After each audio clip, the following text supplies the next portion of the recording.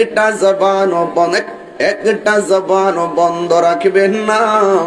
এই গরম যে লাগতেছে আল্লাহ দেখে কি দেখে না? কপালের ঘাম যে ঝরতেছে, রাতের বেলা অনেকে যে না খায়া ঘন্টার পর ঘন্টা বসে আছেন, আমার আল্লাহ দেখে কি দেখে না? বন্ধুরি, এই ঘামের ফুটাগুলো মিজানের পাল্লায় আল্লাহ নেকি বানায়া তুলতে পারে। এই মাহফিলে 1 টাকা দিবেন, আল্লাহ এটা নেকির পাল্লায় তুলে ফেলবেন। গাম জড়াই আজকে অনেকগুলা ভলান্টিয়ার দেখলাম, পুলিশ প্রশাসন দেখলাম, স্বেচ্ছাসেবকের মতন পুলিশ ভাইরা কাজ করতেছে। ও বন্ধুরি, সবগুলো মানুষের ভালোবাসা আমার নবী দেখে কি দেখে না? আমার নবী দেখার ক্ষমতা আছে না নাই? কেমনে ক্ষমতা আছে? ক্বালান নবী সাল্লাল্লাহু আলাইহি ওয়াসাল্লাম, ইন্নাল্লাহা যাওয়ালিয়াল আরদা ফারাইতু মাশারিকাহা ওয়া মাগারিবাহা। আমার নবী, আপনার নবী বলেন, এই পৃথিবীটা পূর্ব থেকে পশ্চিম, উপর নিচে আমার আল্লাহ রাব্বুল আলামিন আমার কাছে এত ছোট করে দিয়েছেন, আমি আমার হাতের তালুর মধ্যে সব দেখতে পারি। জোরে জোরে কি সুবহানাল্লাহ বলা যাবে না? ও বন্ধুরি, আমার নবী বলেন, যারা আমি নবীরে মহব্বতে সালাম দেয়, আমি নবী তার সালামের আওয়াজ শুনি। শেফা শরীফের হাদিস না দেখাইতে কান কাটটা ফালাই দিমু। আমার নবী বলে, শুধুমাত্র আমি তার দরুদের আওয়াজ শুনি না, আমি নবী তারে চিনি। আবার কয়, শুধুমাত্র আমি তারে চিনি না, তার বাপেরও চিনি। আমার নবী বলে, শুধু তার বাপের চিনি না, কিয়ামত পর্যন্ত তাদের নসলে কে আসবে, কে কখন যাবে, আমি নবী সব জানি। ও বন্ধুরি, আমার দাদা যদি নবীরে মহব্বতে সালাম দিয়া থাকে, আমার নবী আমার বাপের চিনছে। আমার বাপে যদি সালাম দিয়া থাকে, আমার নবী আমার চিনতেছে। আমি যদি সালাম দিয়ে থাকি, আমার সন্তানরা আমার নবী চিন। এই জন্য সন্তান রে কইয়া যাইবেন, সন্তান রে, ও বাবা, আমি যদি ইমাম মাহাদিরে পাই, আমি কালিমা পয়রা বায়াত হইয়া যাব। তুমি যদি ইমাম মাহাদিরে পাও, তুমি বায়াত হইয়া যাবে ইমাম মাহাদি আলাইহিস সালামের কাছে। এইভাবে ওসিয়ত লাগাইয়া দিয়া যাইবেন, কিয়ামত পর্যন্ত লাগাইয়া দিয়া যাইবেন। এমন হতে পারে বাক্যের চাক্কা এমন করে যাবে, আপনার এই সিলসিলা আর নিয়তের কারণে আপনার জীবনের গুনাহ মাফ করে আপনাকে আল্লাহর বান্দা থেকে আল্লাহর বন্ধু বানায়া দিতে পারি। আর জবান খুলে কোন পারে কি পারে না? বন্ধু, কি দিয়া নবী চিনাইতাম? সাহাবায়ে কেরামরে জিজ্ঞেস করি, তোমরা নবীকে কেমন ভালোবাসতা? সাহাবায়ে কেরাম বলেন, আমরা নবীরে এমন ভাবে ভালোবাসতাম, যখন নবী উযু করত, আমরা নবীকে বলতাম, সাহাবীরা আমার নবীরে বলতেন, ও নবীজি, আপনি উযুর পানিটা শুধু ফেলবেন না, আপনি উযুর পানির সঙ্গে কিছু কাশ মোবারক ফেলবেন। সাহাবায়ে কেরাম নবীর কাশ মোবারকটা হাতের মধ্যে নিলেন। নবীর কাশ মোবারক হাতে নিতে হবে, কোরআনে নাই। নবীর কাশ মোবারক হাতে নিতে হবে, হাদিসে নাই। নবীর কাশ মোবারক হাতে নিতে হবে, আজমাতে নাই। নবীর হাত মোবারক হাতে নিতে হবে, কিয়াসে নাই। এই জন্য কিছু জিনিস আছে এখান থেকে হয়, আর কিছু জিনিস আছে এই জায়গার থেকে হয়। এই জায়গাটা হলো আকলের জায়গা, আর এই জায়গাটা হলো প্রেমের জায়গা। সাহাবীরা বলে, নবী আপনি আমার থুতু মুবারক দেন। সাহাবায়ে কেরাম নবীর থুতু মুবারকটা হাতে নিতেন, এই জন্য হাতের মধ্যে নিয়া চেহারার মধ্যে মালিশ করতেন। যখন চেহারায় মালিশ করতেন, যতক্ষণ পর্যন্ত থুতু মুবারকটা থাকতো, ততক্ষণ পর্যন্ত এই রাস্তা দিয়ে সাহাবীরা হাইটা গেলে নবীর কাশ মুবারক থেকে মেশকে আম্বরের ঘ্রাণ বাহির হইত। জন্ম আমার নবীর যুগে। কিছু গজল বললে কি আপনারা কষ্ট হবে? আমি একদম মিলাই গজল, ওয়াজের সাথে গজল মিলাই বলবো। জন্ম আমার নবীর যুগে, দু নয়নে রাসূল পাক দেখলে কেমন হতো, দু নয়নে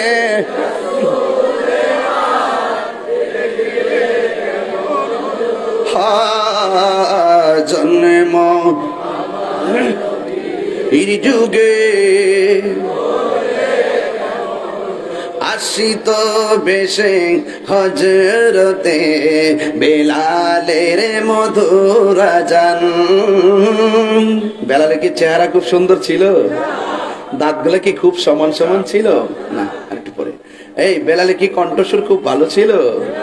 এত সুরও নাই, চেহারাও নাই, দাঁতও নাই, চামড়াও নাই, দাঁতও উঁচা উঁচা। এরপর হলো ইসলামের প্রথম মুয়াজ্জিন। রাসূল বলেন, বেলাল, আমার পিছনে যেই লোকটা সর্বপ্রথম জান্নাতে ঢুকবে এই লোকটা হলো তুমি বেলাল। এটা কি টাকার জোরে, চেহারার জোরে, সুরের জোরে, নাকি প্রেমের জোরে? এই জন্য বলি রে শারাস্তিবাসী, নবীর প্রেম যে কি জিনিস। আরে বেটা, নবীরে জানার চাইতে ভালোবাসো, কত হবে হাসরের ময়দানে। কত হবে, চ্যালেঞ্জ করে দিলাম, কত হবে হাসরের ময়দানে। যেই নামাজ ছাইড়া দিছি যদি আল্লাহ ধরে, দুজকে তখন লাগবে ঘন্টার পর ঘন্টা, না বছরের পর বছর। কতক্ষণ নাকি লেগা? আরে ওই সময় আল্লাহর হাবিব যখন দেখবে ইমানদার গুলো আমলের কারণে ধরা খেয়ে গেছে, রাসূল তখন সেজদা দিয়ে বসে থাকবে। আল্লাহ বলবে, ইয়া মুহাম্মদ ইরফা রাসাকা ওয়াসাল তুতা, আপনি আমার কাছে চান আমি দেব, ওয়াসফা তুশাফা, আপনি সুপারিশ করুন, আমি আল্লাহ আপনার সুপারিশ কবুল করিব।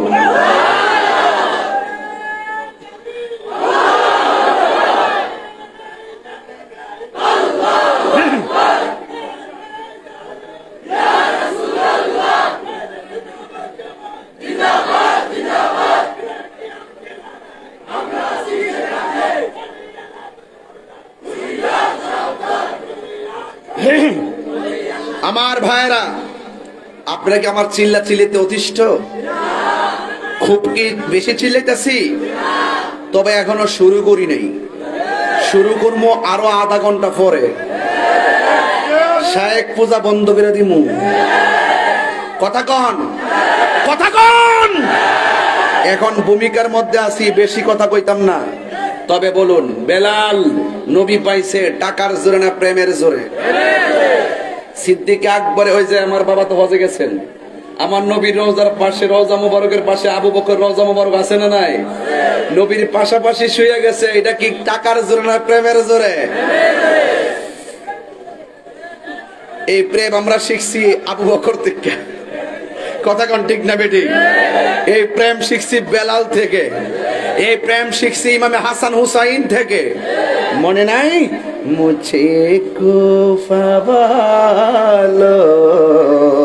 মনে আছে তো?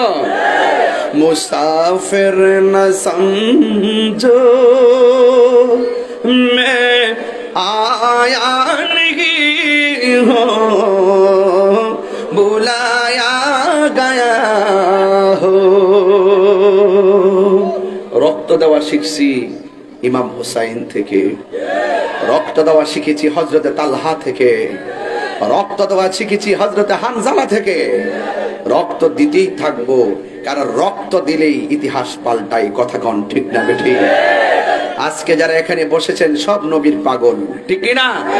এটা বলেন, জন্ম আমার নবীর যুগে,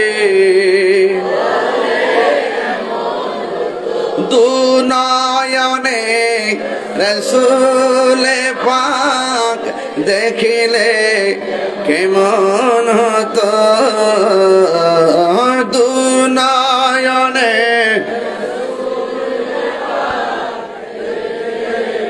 এমন হতো, জন্ম আমার নবীর যুগে।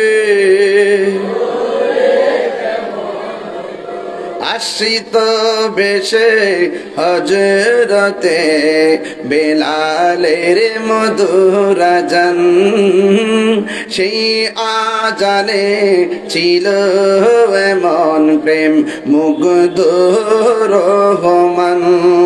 আসিত বেশে হযরতে বেলালের মধুর আজান, সেই আজানে ছিল এমন প্রেম মুগ্ধ রহমান।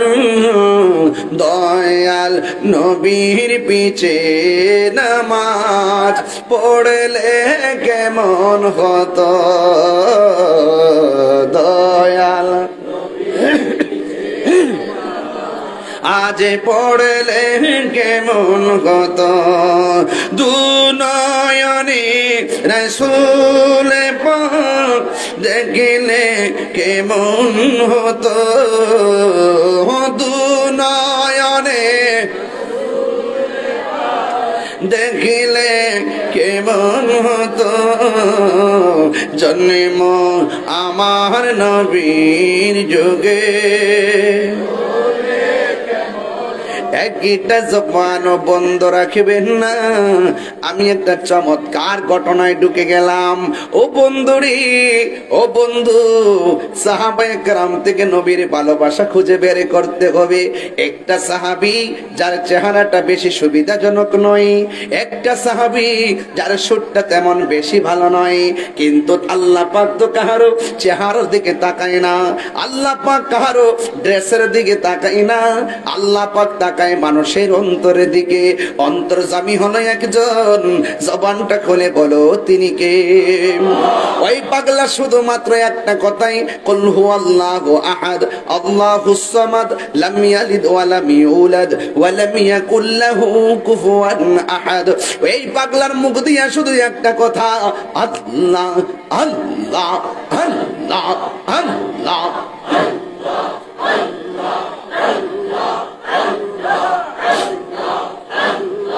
আল্লাহ আল্লাহ জিকির করেন, আল্লাহ আল্লাহ জিকির করেন। জিকিরটা করলাম যে কেমন লাগছে আপনার কাছে? লাস্টে করে দেবো ইনশাল্লাহ।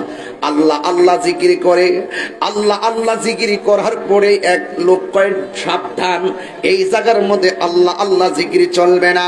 ওই পাগলা ডাক দিয়া বলে খবরদার, জীবন দিয়ে দিব কিন্তু আল্লাহর জিকির বন্ধ করব না। আপনারা জবান খুলে বলেন, এই মুহূর্তে যদি কেউ আসে আমরা কয় আল্লাহর নাম নেওয়া যাবে না, কেউ যদি বলে লা ইলাহা ইল্লাল্লাহ পড়া যাবে না, কেউ যদি বলে মুহাম্মদুর রাসূলুল্লাহ পড়া যাবে না, পড়া যাবে না, আপনারা কি তার কথা মানবেন? আর জোরে কোন তার কথা মানবেন? বন্ধু, আমরা এই কথা মানবো না। এই কথাগুলো আমরা সাহাবীর থেকে পেয়েছি। যুগে যুগে সাহাবীরা গায়ের রক্ত জড়াইছে, কিন্তু এদের কথাই কর্ণপাত করে নাই। জীবন দিছে, জান দিছে, মাল দিছে, এরপরও কাফেরদের কাছে মাথা নত করে নাই।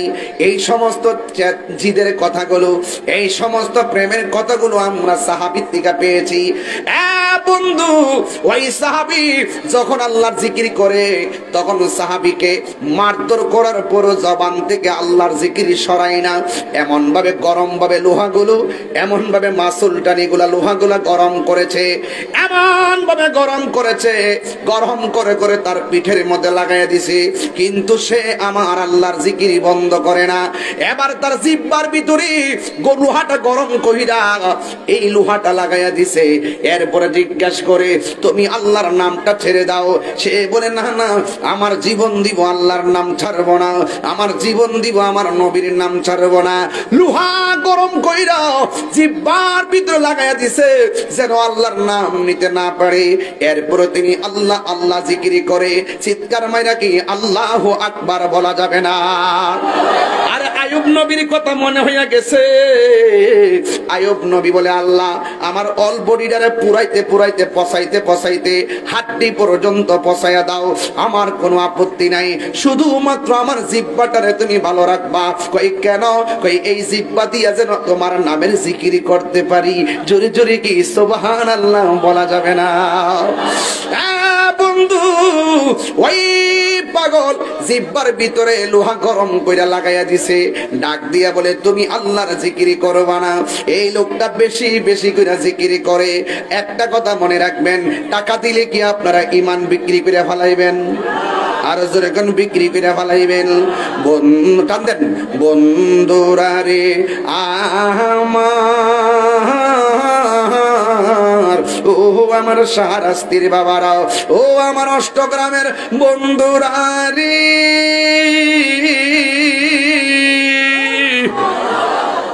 ও যুবক ভাইয়েরা, এবার ওই পাগলার জিহ্বার মধ্যে যখন আগুন লাগাইয়া দিছে, এরপরে বেয়াদবরা ডাক দিয়া কয়, তোমার গায়ের মধ্যে আগুন লাগাইলাম, তুমি আল্লাহর জিকির করো, তোমার জিহ্বার মধ্যে লোহা গরম করে লাগাইলাম, এরপরে তুমি আল্লাহর জিকির করো, তুমি কি ব্যথা পাও না? প্রেমিকের কথা কেমন জানেননি? হযরত ওই পাগলা ডাক দিয়া বলে, তোমরা আমার জিহ্বার মধ্যে আগুন লাগাইতে পারো, তোমাদের আগুন লাগাইলে যেই ব্যথা পাওয়া যায়, আমার আল্লাহর জিকিরটা আমার কাছে তার চাইতে আরো বেশি মধুর লাগে। জোরে জোরে কি সুবহানাল্লাহ বলা যাবে না? এই জন্যই তো আমি মাঝে মাঝে শান গাইতাম, আমার দয়াল নামে এত গো মধু আমরা রে কইরাছে জাদু গো, ওরে দেখা দিয়া কুলে নিয়া দেখা ইয়ানিব মনের বেদনা, আমার মন হইয়াছির দিওয়ানা, দয়াল নামে এত মধু, দয়াল নামে মধু খাইলে মধু ফুরায় না, আমার মন হইয়াছির দিওয়ানা, ওরে তোমার পাইবার আসি ঘুরতে জি পাগলের বেশে গো, ওরে দেশি বিদেশ সবাই দেশি বিদেশে ঘুরি আমি, দেশি বিদেশে মি পাইতে তাহার ঠিকানা, আমার মন হইয়াছির দিওয়ানা। একটা জবান বন্ধ রাখবেন না, মহব্বতে মায়ার সুরে বলুন সুবহানাল্লাহ। যুবক ভাইরা, এই পাগলাকে মারতে মারতে এমন ভাবে মায়ের শুরু করলো, জবানের ভিতরে একজনের জিকির, জবান খুলে কোন তিনি কে, আর মহব্বতে কোন তিনি কে।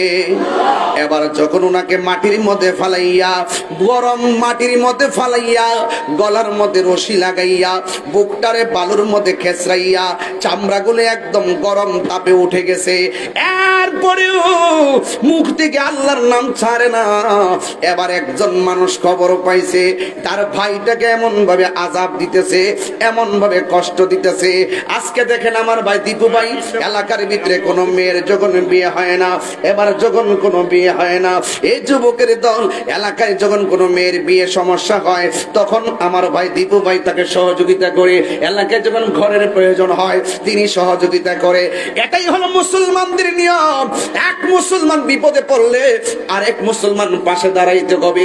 আজকে দেখেন দেহটা দূরে হতে পারে, ফিলিস্তিনটা দূরে হতে পারে, ইসরায়েল যেইভাবে বোমা মাইরা মুসলমানদেরকে মারতেছে, যদিও দেহটা দূরে আছে কিন্তু অন্তরটা কাইপা উঠে, কথা কোন ঠিক কিনা? এই জন্য দূরত্ব যেখানে হোক, ও যুবকের দল, আমরা যদি বাংলার জমিন থেকে তাহাজ্জুদের নামাজ পড়া ফিলিস্তিনি মুসলমানদের জন্য দোয়া করি, ইসরায়েলের বিরুদ্ধে যদি আল্লাহর বে আল্লাহ তুমি ইসরায়েলকে ধ্বংস করে দাও, চোখের পানি ফালাইয়া যদি কাঁদতে পারি, এক একটা চোখের ফোঁটা ইসরায়েলের গুন্ডা বাহিনীর জন্য ক্ষেপণাস্ত্র হয়ে যাবে, কথা বলেন ঠিক কিনা? এই জন্য যুবক, ওই ফিলিস্তিনি মুসলমানরা বড় কষ্টে, বাংলার জমিন থেকে আমরা আমাদের ভালোবাসাটুকুন দোয়ার মাধ্যমে প্রেজেন্টেশন করতে পারি। যদি টাকা থাকে দূতাবাসের মাধ্যমে টাকা পাঠাইয়া দেন।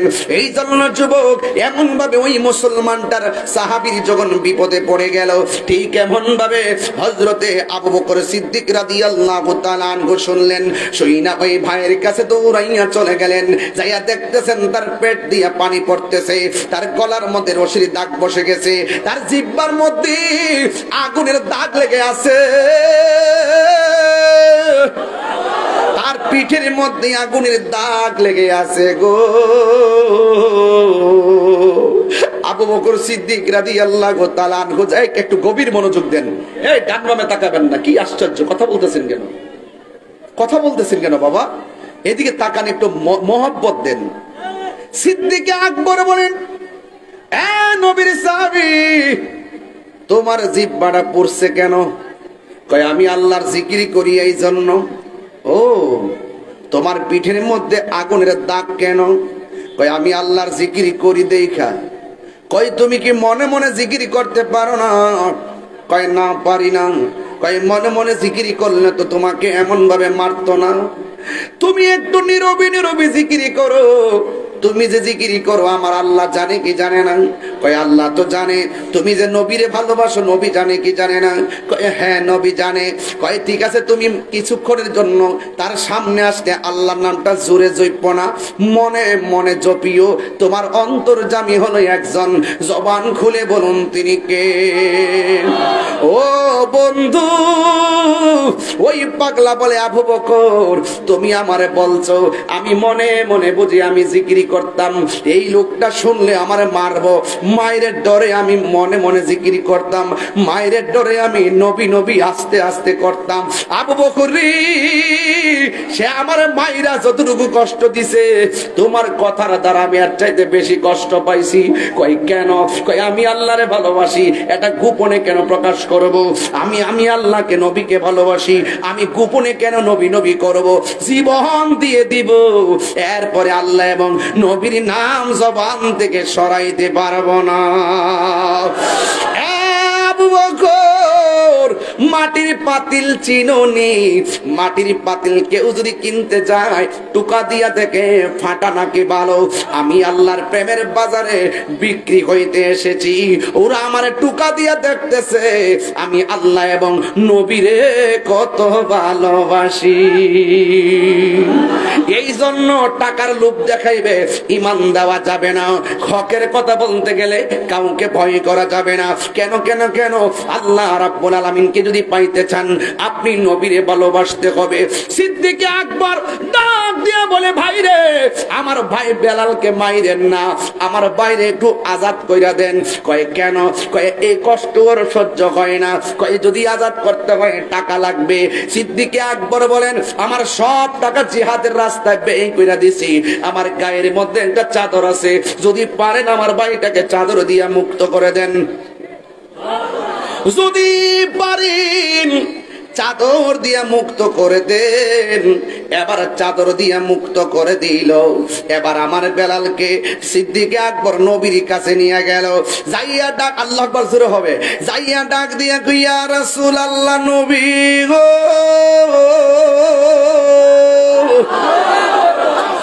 মায়ার নবীজি, আপনি যে আপনার সাহাবী, এমন ভাবে এই পরিস্থিতি, আপনার সাহাবীরে মুক্তি করতে যাইয়া আমার একটা দামি চাদর দেওয়া লাগলো।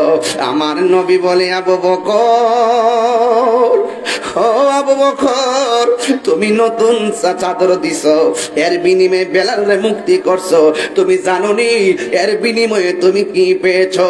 নবী কয় কি পেয়েছি? আমার নবী কয়, তুমি তো বেলাল রে চাদর দিয়া মুক্তি করলা না, তুমি একটা জান্নাতের টিকিট লাভ করলা। আর বড় করে কন্যা সুবহানাল্লাহ। আমার নবী ডাক দিয়ে কি, বেলাল তুমি আমার সামনে আজান দাও। এত দামি সাহাবী, এত কণ্ঠের সাহাবী থাকার পরও বেলাল আজানের পারমিশন পাই, এত সুন্দর চেহারার মানুষ থাকার পরও বেলাল পারমিশন পাই। টাকার জোরে না, কোনো লোভিং কইরা না, একমাত্র আমার নবীরে ভালোবাসার দ্বারা। জোরে জোরে কি আল্লাহু আকবার বলা যাবে না? যুবক, যেই জবান দিয়া আল্লাহর জিকির করলে দাম বেড়ে যায়, এই জবান দিয়া বাবা ট্যাবলেট দোকান যাইতো। মাগরিবের আগে কিছু কিন্তু খাইছে বাবা ট্যাবলেট খায়া, কিন্তু মুখের মধ্যে পাল চকলেট দিয়েছে। আর নাইলে কিছু বলা আছে ডেন্ডি আছে, পলিথিন কাগজ থই এমনে আইছে রে। এই ফুলাফা, নবীর মহব্বত যদি পাইতে চান, নবীর দিদার যদি পাইতে চান, দুইটা জিনিসের হেফাজত করতে হইব, জবান এবং চোখ, ইজ্জত আবরু। চোখের হেফাজত করো, নবী দেখতে পারবা। জবানের হেফাজত করেন, নবীকে ঘুমের ঘরে পাইবেন। যেই জবান দিয়া ডাকলে নবী রাজি হয়, সেই জবানে বাবা ট্যাবলেট দোকান যাই তো দৈন্তান্ন না মদিনার নোকেন না, নাকি কি নোকেন না, দৈন্তান্ন কেন না। আজকে থেকে ওয়াদা করেন, এই জবান দিয়ে ডাক দিয়া কোন ইয়া রাসূলুল্লাহ, হ্যাঁ ঠুট লড়ছে না রে ধর, বড়া ইয়া রাসূলুল্লাহ বলো, একখানে কইছে এমনি সাইরিস বেডা কি কষ্ট না কর, চেহারা কি সুন্দর বড়া, বলেন ইয়া রাসূলুল্লাহ, ইয়া রাসূলুল্লাহ।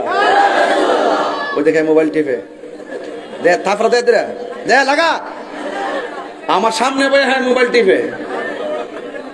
বাংলাদেশে গেঞ্জি লাগাইছ, কালকা জিতলে নাকি খেলাটা, আমেরিকার লোকে খেলা ইত্যাকারী বিশ্বকাপ লইবা, আরো ভালো করে খেলতেইব। T20 যে বেড়াইতে 12 করে বিভিন্ন দেশ থেকে ফেলে আনছে, 30 বলে 60 রান লাগে, এটা বলে হারা লয়ে গেছে কেন, ইতার নাম খেলা। কেজেলে সুতির লেগা আইলে তো মোবাইল টিপতেছ, সাবধান।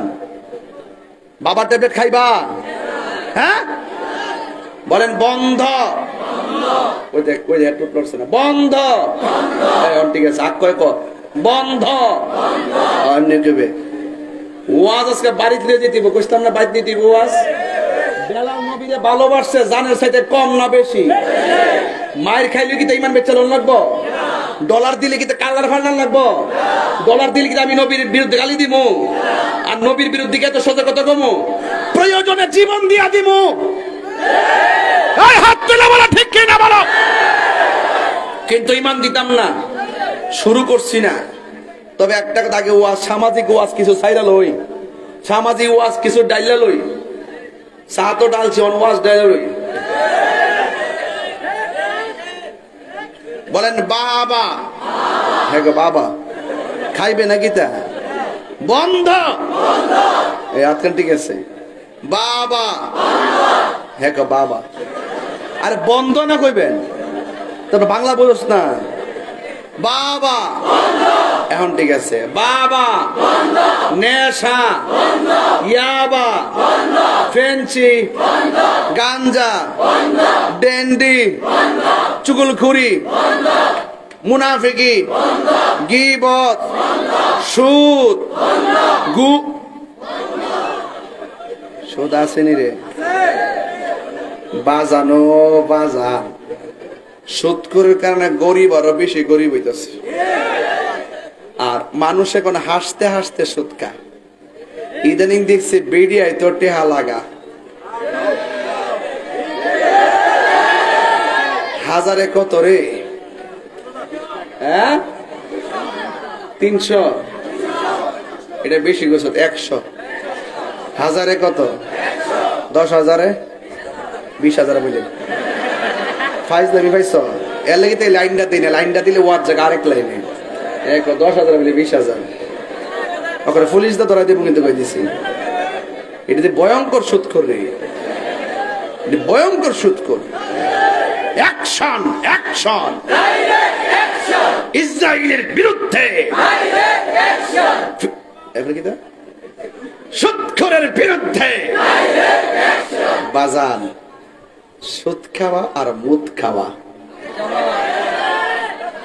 বাজান পাউডার দিয়ে কয়া যায় বাজান, সুদের টেহা দিয়া 10 প্রকারের আইটেম দিয়ে খাবার দরকার নাই, সুদের টাকা দিয়া 50 প্রকারের জামা কাপড় কিনা দরকার নাই, সুদের টাকা দিয়া 20 তলা বাড়ি করার দরকার নাই। দরকার হয় টিনের ঘরে থাকবো, দরকার হয় শুটকির ভর্তা দিয়ে ভাত খাবো, কিন্তু সুদ খাওয়া অন্যায়। কথা কন, কথা কন ঠিক কিনা? রাসূল বলছেন যেই ব্যক্তি সুদ খায় সে যেন নিজের মায়ের সঙ্গে জিনা করে। তাই আপনি কি কথাটা সাধারণ মনে করতেছেন? সুদ খাওয়া যে হারাম, এটা কি মোল্লার কথা না আল্লাহর কথা? তা আল্লাহর কথা মানবেন না মোল্লার কথা মানবেন? তাইলে আজকে থেকে ওয়াদা করেন আমরা নেশা করব না, আরো জোরে নেশা করব না। কারা কারা আমার লগে একমত আছেন হাত তোলেন জানি দেখি, সোজা করেন, সোজা করেন। আমরা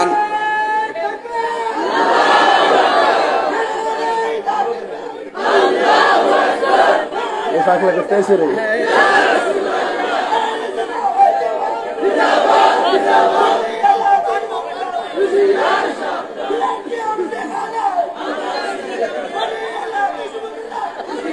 বন্ধ করস না, এটা মাইক না গলা রে, পুরো মাথা দিয়ে পুরো নষ্ট। আওয়ার সময় আমি গাড়ি দিয়ে যাচ্ছি না, দীপকের গাড়ি দিয়া, পরে হঠাৎ করে আস্তে আস্তে এমন রেপ বুঝি কালা চশমা লাগাই এমনি উঠছে।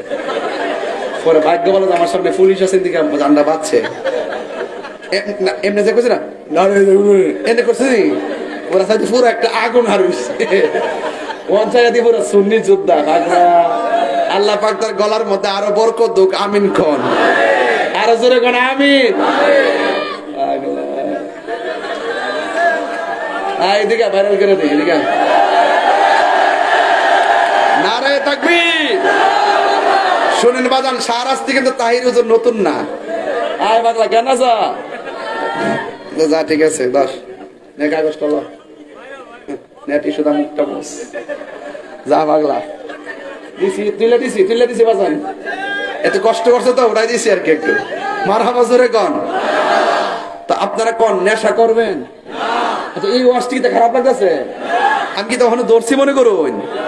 এবার চলেন, সুদ খাওয়া বন্ধ, সুদ খাওয়া ঘুষ খাওয়া, পান সুরুটে পয়সা নষ্ট, যুবক নষ্ট মদে, কুসমাজে গেরাম নষ্ট, খাদক নষ্ট সুদে। পান সুরুটে পয়সা নষ্ট, যুবক নষ্ট মদে, কুসমাজে গেরাম নষ্ট, খাদক নষ্ট সুদে। টাউনে গুইরা ছাত্র নষ্ট, কীটে নষ্ট ফুল, অতি মায়াই বধূ নষ্ট, দুলাই নষ্ট চুল রে, হেলাই হেলাই কার্য নষ্ট রে। পুরুষ নষ্ট হাটে, খারাপ রাস্তায় গাড়ি নষ্ট, নারী নষ্ট পুষ্করিণীর খোলা ঘাটে রে, হেলাই হেলাই কার্য নষ্ট রে। ঠিক না বাজান? ও বাজান, রাসূল বলছেন আমি মেরাজে যাওয়ার পরে আমি দেখছি 3 শ্রেণীর মানুষ কবরের বেশি আযাব হয়। জোরে কোন কয় শ্রেণী বাজান? এই ছেলেরা এদিকে তাকা, কয় শ্রেণী বাজান? বেনামাজের জন্য 3টা শাস্তি ভয়ঙ্কর। 1 নম্বর শাস্তি হলো কবরের 2 পাশের মাটি আপনারে চাপা দিব, ডাইন পাশের হাড্ডি গুলো বাম পাশের ভিতরে ঢুকবে, বাম পাশের হাড্ডি গুলো ডাইন পাশের ভিতরে ঢুকবে। কবর আযাব এত ভয়ঙ্কর, আপনি হাজার চিৎকার দিলেও দুনিয়ার কেউ এই আওয়াজ শুনবে না। আর 2 নম্বর আযাবটা হলো আরো ভয়ঙ্কর। দুনিয়ার আগুন যত বড় গরম, এর চাইতে 70 গুণ গরম একটা জাহান্নামের হাওয়া ঢুকবো। এই হাওয়া দিয়ে আপনারা এমন ভাবে আযাব দিব, ইচ্ছা করলে ফায়ার সার্ভিস দিয়ে নিভাইতে পারতেন না। এই আওয়াজ, এই আগুন ফায়ার সার্ভিস দিয়ে নিভাইতে পারবেন না বাবা, এই আযাব। 3 নম্বর হইলো কবরের ভিতরে সর্প দেওয়া হবে। এখন জবানটা খুললা কোন নামাজ আমরা চাই কি চাই না? আরো বড় করবেন, চাই কি চাই না? একমাত্র নামাজ মানুষকে অশ্লীল কাজ থেকে ফিরে রাখে। বলুন, যে ছেলেটা নামাজ পড়ে সে কি কোনোদিন বাবা ট্যাবলেট খাইব, নেশা করব? এই জন্য নামাজ মানুষকে যাবতীয় অশ্লীল কাজ থেকে বিরত রাখে। এই জন্য যুবক ভাইরা জবানটা খুলে বলুন, ওই নেশা থেকে বেঁচে থাকতে চাই কি চাই না? এক বেচার আমার হুজুর সুদের ব্যাপারে এত ভয়ঙ্কর ওয়াজ করেন, ঘুষের ব্যাপারে দিয়ে কোনো ওয়াজ করেন না। আসলে করা দরকার। ইদানিং তো ঘুষ বেড়ে গেছে, চাকরি বলেন, এটা বলেন, সেটা বলেন, এই ঘুষ ছাড়া কোনো কিছুই হয় না। কথা কন ঠিক না বেটে? এরপর একটা জায়গা কিনতে যান, বাপরে বাপ, বাপরে বাপ, দালাল, আরে বাপরে, অভাব নাই। উদ্যোক্তার চেয়ে দালালের সংখ্যা বেশি। কথা কন ঠিক না বেটে? এই জন্য যুবক ভাইরা আমার, আসুন আজকে থেকে ওয়াদা করি আমরা কখনো হারাম খাবো না। রাসূল বলছেন, আর রাশি ওয়াল মুরতাশি কিলাহুমা ফিন্নার। যে ব্যক্তি ঘুষ খাইব, যে ঘুষ দিব, দুটোটাই জাহান্নামের আগুনে জ্বলবে। কথা বলেন ঠিক কিনা? এই জন্য আরেকটা কথা আমার বলতেই হবে, যেই কথাটা আমি প্রায় মাহফিলে বলি। এই যুবক আজকে থেকে ওয়াদা করেন, আমরা কোনদিন মা বাবার মনে কষ্ট দিব না। আচ্ছা ধরেন আপনি মা বাপকে কষ্ট দেন, এই যে আমার দীপু ভাইয়ের আম্মা কই যে আমার ফুতাইতে আমার অনেক ভালোবাসে, যদি আমার কইতো যে আমার ফুতাইতে আমার বাদ দেয় না, আমি ওয়াজ না কইরা গাড়ি দুইটা যাইলাম কইলে। আমি কি বোঝাইতে পারছি বাংলা কথা? আমি আমার মারে এত ভালোবাসি, বাপের এত ভালোবাসি, কথা বোঝাইতে পারছি? আর মা বাপরে কষ্ট দিয়া তাহিরির সামনে বইয়া ওয়াজ শুনবেন, আপনার মতন এই শ্রোতা তাহিরির দরকার নাই। যে ফিসাব কইব মা বাপের খেদমত লাগতো না, আমি তোর সব, এটা ফিসাব না, এটা হলো ফেসাব। কথা কোন ঠিক কিনা? আমার কাছে মুরিদ হইতো আইলে একটা জিনিস আনলো, আমি জিগাই যে তোমার আব্বা আম্মার লাগে রাখছো কিনা। আরে বাপ মা যদি কষ্ট পায় আর ফিরে যদি ইত্যা ব্যাপার না, বাধ্য, এটা কি ফিসাব না অভিশাপ? এই জন্য যুবক ভাইরা আমার, লাথি মাইরা বাইরে করে দিব মা বাপরে কষ্ট দিলে, ওই মুরিদ আমার দরকার। কারণ এই পৃথিবীর মধ্যে দুইটা মানুষ নিঃস্বার্থে দোয়া করে, এর মধ্যে একটা হলো মা আর একটা হলো বাবা। মা বাপের দোয়ার মাঝখানে কোনো পর্দা থাকে না, এটা ডাইরেক্ট কবুল হয়ে যায়। আবার মা বাবা বোধ দোয়া দিলেও পর্দা থাকে না, ডাইরেক্ট কবুল হয়ে যায়। তাইলে খুব সতর্ক থাকতে হইব, কোন কথার দ্বারা মা যদি কয় উফিওয়ালা, হাসান ভাই কি বলেন, উফিওয়ালা তান্নাহরহুমা, যদি মা বাপের ধমক দিছেন আর মা বাপ যদি ফুত্রে ফুত করলে কি, ফুত্রে ফুত করলে কি, হাত তুলা বোধ দোয়া দেওয়া লাগতো না, মুখটা দিয়ে যে দীর্ঘ শ্বাসটা ফলাইছে, মনে রাখবেন আপনার জীবন দুনিয়াতেই ধ্বংস হয়ে যাবে। মা বাপরে কষ্ট দিলে দুনিয়া তো ভুগবেন, আখিরাত তো ভুগবেন। এখন বলবেন হুজুর প্রতি ওয়াজে মা বাপের কথা বলেন কেন? ইদানিং দেখতেছি এই প্রজন্মে আইসা একটা ছেলেও পড়ার টেবিলে মন দেয় না, পড়াতে গেলেই এসএসসি পাস করলেই মা বাপরে জিম্মি করে মোটরসাইকেল কিনা দাও, বিদেশ ফাটাই দাও, পড়তাম না, ফ্রেম একটার জায়গা তিনটা, মোবাইল একটার জায়গা চারটা। ঘটনাটা কি? তুমি কি মনে করছো মা বাপরে কান্দাইয়া তুমি সুখ পাইবা গো চান্দু? খবরদার, আমার চোখে দেখছি বহুত কোটিপতি ফকির হয়ে গেছে মার বদদুয়ার কারণে। নিঃস্বার্থে ভালোবাসে শুধু আমার মা, ববে যার তুলনা নাই।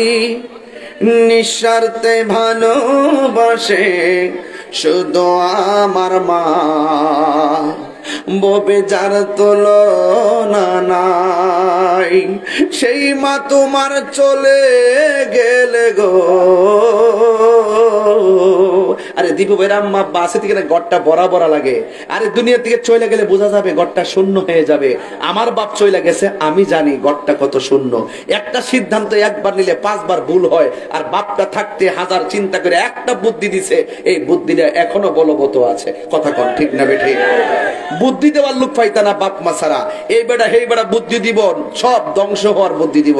আর বাপ মা যদি এক সময় কয় বউ গো, মা যদি বউ গো এত তেল দিও না, একটু কম দিয়ে রাইন দো, আর ডাক্তার কি বলে তেল খাওয়া বেশি ভালো না, আর তুমি বউ বলতেছ এই তেল দিতে আমার শাশুড়ি কিপটা, আমার শাশুড়ি কৃপন, আমার এই রান্না বান্না তেল দেওয়া দেখতে না, এটা উচিত নয়। মা বাপ সবসময় যে চিন্তাটা করে সন্তানের ভবিষ্যতের চিন্তাটাই বেশি করে। কথা কন ঠিক না বেটি? আর এই প্রজন্মে বউর আমল আসার পরে শুধু অপচয়, শুধু অপচয়, অপচয়। যেই সন্তান, যেই স্ত্রী তার সন্তানদেরকে ছোটবেলা থাকতেই ভালো ভালো দামি দামি কাপড় পরায়, ছোটবেলা থাকতেই 1 স্যান্ডেল জুতা থাকতেই 5 স্যান্ডেল কিনে নিয়ে আসে, যেই স্ত্রী ওই সন্তানদেরকে 1 ড্রেস থাকতে থাকতেই 5 ড্রেস নিয়ে আসে, সন্তানকে ছোটবেলা চাহিদা বাড়ায় দেয়, সেই বউ কোনো এক সময় সন্তান দ্বারা অবহেলিত হয়। কথা কন ঠিক না বেটি? এই জন্য সন্তানকে বেশি বেশি চাকচিক্য দেখাবেন না, সন্তানকে বেশি বেশি আপনি ব্যবহার শিখাবেন না। একটা কলম শেষ হওয়ার পর আরেকটা কলম কিনে দিবেন, আইনা সব বইরা কাঠ পেন্সিল, এই পেন্সিল, এই পেন্সিল, রঙিন পেন্সিল আইনা এমন ভাবে দেয় সব নষ্ট করে, পড়ার টেবিলে মন বসে না। আপনি খেয়াল করে দেখবেন প্রত্যেকটা সংসারের এই নতুন এই বউ যারা রয়েছেন তাদের সন্তানগুলোকে মানুষ করতে পারে না, একটাই কারণ, তারা টাইম মতো ঘুম থেকে উঠে না, সন্তানকে নিজে পড়াই না, তারা প্রাইভেট নির্ভর হয়ে যায়। এই জন্য সন্তানগুলো যে একমাত্র মায়ের মাতৃকুলি যে শিশুদের পাঠশালা, এটা হারিয়ে গেছে। আগে আমরা প্রাথমিক শিক্ষাটা মা বাপের ঘর থেকে শিখছি, এখন ছোটবেলা হইলেই কিন্ডারগার্টেন আর প্রাইভেট নির্ভর হয়ে যায়। এই জন্য মায়ের আদর্শ শিক্ষা সন্তান পায় না। কথা কোন ঠিক না বেঠিক? সন্তানকে কাগজে কলমে শিক্ষা দেওয়ার আগেই মুখে মুখে অনেক বেসিক শিক্ষা দিতে হয়। এই শিক্ষাগুলো সন্তানে অনেক ভালো কাজে লাগে। আজকে এই শিক্ষাগুলো হারিয়ে গেছে বলেই আজকে কোন রকম বয়স হলে সন্তানগুলো মাকে কষ্ট দেয়। কথা কোন ঠিক না বেঠিক? ওই সন্তানের ভালোবাসা পাইতে গেলে মাগো আগে আপনার ভালোবাসাটা সন্তানের, আপনার যে দায়িত্ব সন্তানের প্রতি সেটা আপনাকে পালন করতে হবে। কথা কোন ঠিক না বেঠে? এই জন্য খবরদার সন্তানদেরকে বলি, তোমাদের পায়ে যারা বলি, তাহিরিকে যদি 1 মিনিটের জন্য ভালোবেসে থাকো, 1 সেকেন্ডের জন্য ভালোবেসে থাকেন, আজকে থেকে মা বাপ যাদের কবরে চলে গেছে, মা বাপের কবরে গিয়ে মা বাপের জন্য দোয়া করবেন। আর যাদের আব্বা আম্মা বেঁচে আছে, পায়ে ধরে মাপ চাইয়ে বলবেন, মা তাহির হুজুর বলছে তুমি কষ্ট পেলে আল্লাহ কষ্ট পায়, এই জন্য তুমি আমাকে ক্ষমা করে দাও। পারবেন তো ইনশাল্লাহ? তাইলে সবাই আমার সাথে বলেন, নিঃস্বার্থে ভালোবাসে শুধু আমার মা, ববে যার তুলনা নাই। নিঃস্বার্থে ভালোবাসে শুধু আমার মা, ববে যার তুলনা নাই। সেই মা তোমার চলে গেলে গো, সেই মা তোমার চলে গেলে সার হইব কান্দন। এই জগতে কেউ হবে না মায়েরই মতো, এই জগতে কেউ হবে না মায়েরই মতো। এই সবাই, মা তোরা বোন কইর যতন, মা তোরা বোন কইর যতন, মা অমূল্য ধন। এই জগতে কেউ হবে না মায়েরই মতো। বাবা গো বাবা, বাবা গো বাবা, বাবা তুমি কেমন আছো ছোট মাটির ঘরে, তোমার কথারই হৃদয় মাঝে পড়ছে বারে বারে। বাবা গো বাবা, বাবা গো বাবা। আরে দীপু ভাইয়ের আব্বা আছে, আমার তো আব্বা নাই। আরে দীপু ভাইয়ের দাদা চলে গেছে মানে কি, ওনার আব্বার আব্বা চলে গেছে, ওনার বাবা তো সেই বাবার হারাইছে। আজকে সুন্দর মাহফিল দেখলে ওনার দীপু ভাইয়ের দাদাও তো অনেক খুশি হতেন। কথা কোন ঠিক কিনা? এটাই পৃথিবীর, যার চলে যায় সে বুঝে হয় বিচ্ছেদ কি যন্ত্রণায়। দেখেন কত আদরে কত স্নেহ তোমার কাছে পেলাম, সব কিছু হারিয়ে আজকে নিঃস্ব হয়ে গেলাম। কত আদরে কত স্নেহ